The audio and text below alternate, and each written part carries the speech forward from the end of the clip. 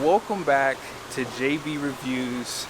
We have a Hemi that has the Hemi tick. And look who I got. Hello. Josh.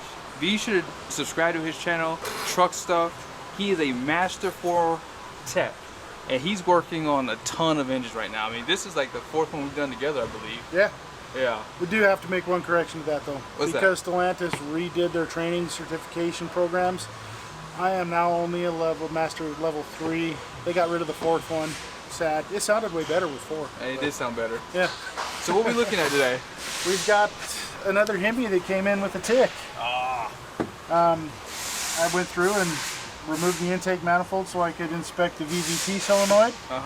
And remove the valve cover so that I could actually watch the valve train in a cranking motion and compare the lift of each individual lifter and rocker arm. Ended up finding number 3 severely deficient in the amount of lift it had, so I'm going to suspect that we've got a bad lifter and a ground down camshaft. Let me show you guys some of that footage of him basically starting the engine up so you guys can see it, and then we'll jump back into the video. I want to visually watch what the valve train is doing during cranking. Now, if you watch the intake rocker on number 3, compare it to the travel of intake rocker on number 5, you can see that it is barely turning. So Josh, would any extra maintenance help prevent the Hemi tick on this truck? It's kind of doubtful. This customer is very adamant about his maintenance schedule. Okay. He never turns down or declines anything that I offer. He's always in religiously 5,000 miles. We do run a synthetic oil in this engine. I think on a lot of it, we are just seeing a failure in a part because mass-produced parts have to be produced and keep cost in mind. So gotcha. On this one right here, I don't think anything maintenance related would have prevented this failure from happening. If we take a look at what we can see already, the engine is clean. There are no carbon deposits on the valves, no sludge buildup in the valve covers or the rocker arms, none of those indications that would say that a maintenance or lack of maintenance would have caused this failure. Unfortunately on this one, it's just inherent in the design and the manufacturing of the parts that are being used at a manufacturer level. Gotcha. I want to show those. Oh yeah, right there.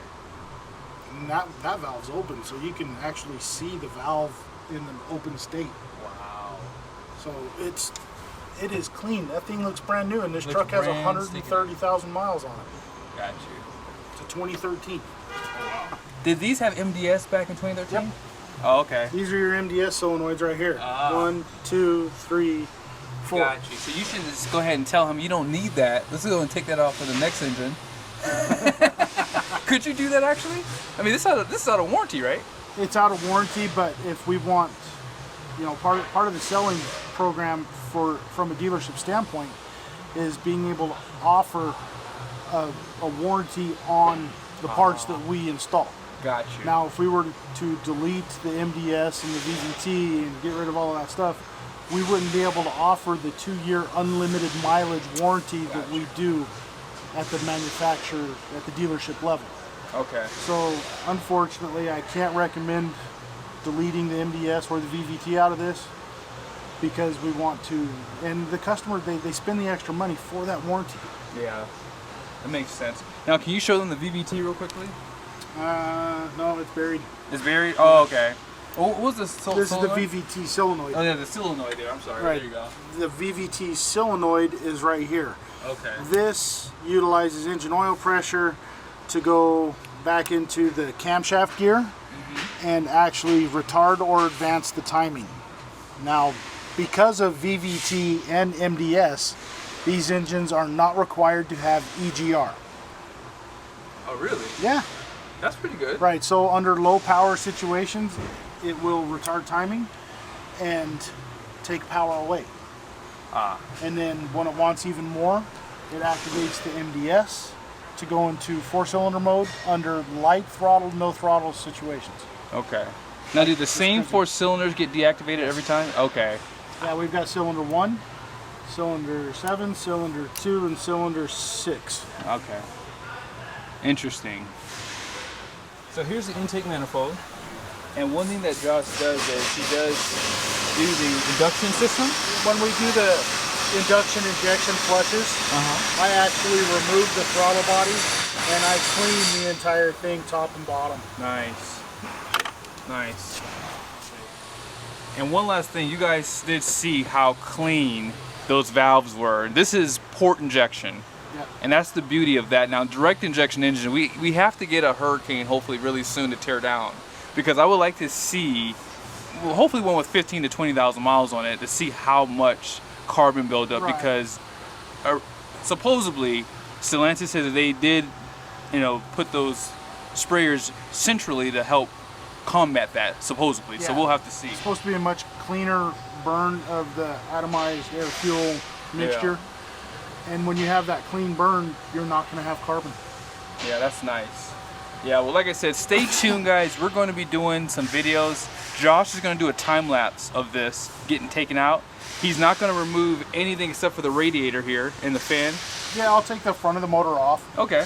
So, your whole front timing housing will come off, alternator, AC compressor, all the hoses, but I don't have to remove the whole front of the truck. I'll literally pull the fan shroud out and the radiator out. And I could do it with the radiator in. I have done them with the radiator in, but it is such a tight fit that I don't want to puncture the radiator and create another charge for the customer. Yeah. By the time I get the shroud off, it's literally 5 more minutes and the radiator's out. Okay. So. Are you gonna remove the hood? Nope. Hood stays. Okay. Nice. Well, yeah, like I said, stay tuned for the next video, guys. Super excited to see this happen, and you guys will be able to see a comparison between the old and new engine too. Thank you, brother. Thank you. In my humble opinion, this is very disheartening. You have a well-maintained engine. Now, granted, the truck is a 2013. Granted, it's over 100,000 miles. But I feel as though when we talk about pickups, trucks that are capable of towing like 10,000 pounds plus, right? They're built to work. These engines should be the most reliable out there. Josh has talked about this a lot. I think he heard it from someone else. And they believe that the hardening process of these components are what's failing. If that's the case, then the manufacturers need to find someone, a supplier that will actually build parts that will 100% last. Josh said this in one of my videos. He says we need to make metals hard again. And if that's the reason why these lifters are failing, then we need to find a supplier that will give us good parts. GM is having the exact same problem with the 5362. One of my friends, David Brown, he actually told me, and I forgot about it, but his wife's Yukon had an issue, the same issue. So when it's all said and done, we need more reliable engines in our pickups, especially people who do this for work. Like, you buy a pickup, you need it to work because you make money with it.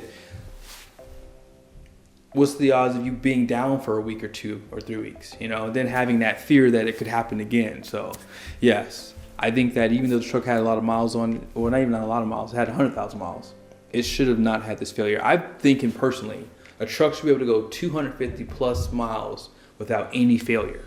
Seriously.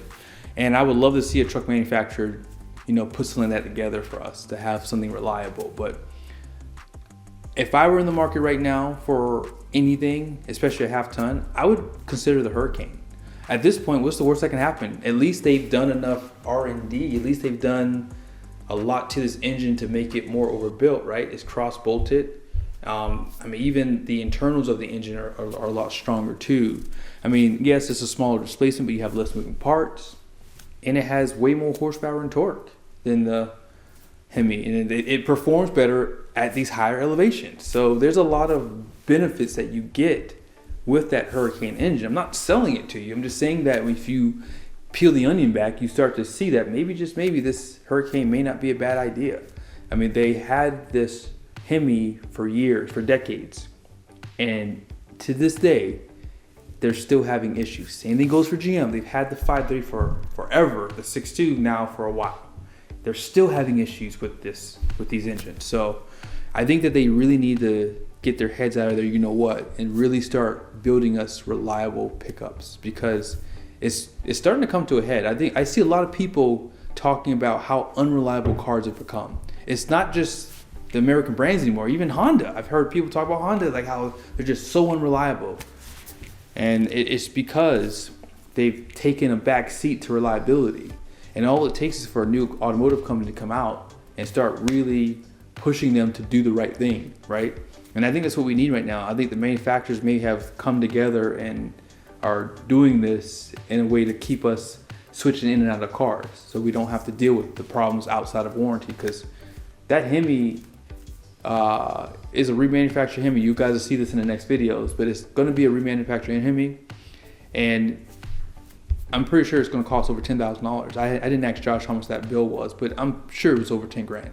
Pretty sure it was. So let me know you guys' thoughts down below. Do you guys think that the manufacturers need to find a supplier for these lifters? If this is a consistency that we're seeing on two manufacturers, is it time for them to find a supplier that has overbuilt lifters?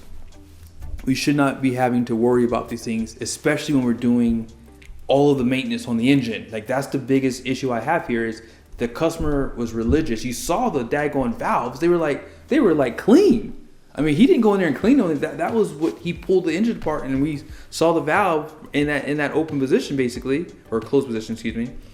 And it looked like it was brand new. And that's port fuel injection too, as well. So that's another plus on that engine too, is that you're going to get that spray on the valves. But again, let me know your guys' thoughts in the comment section. See you guys in the next video.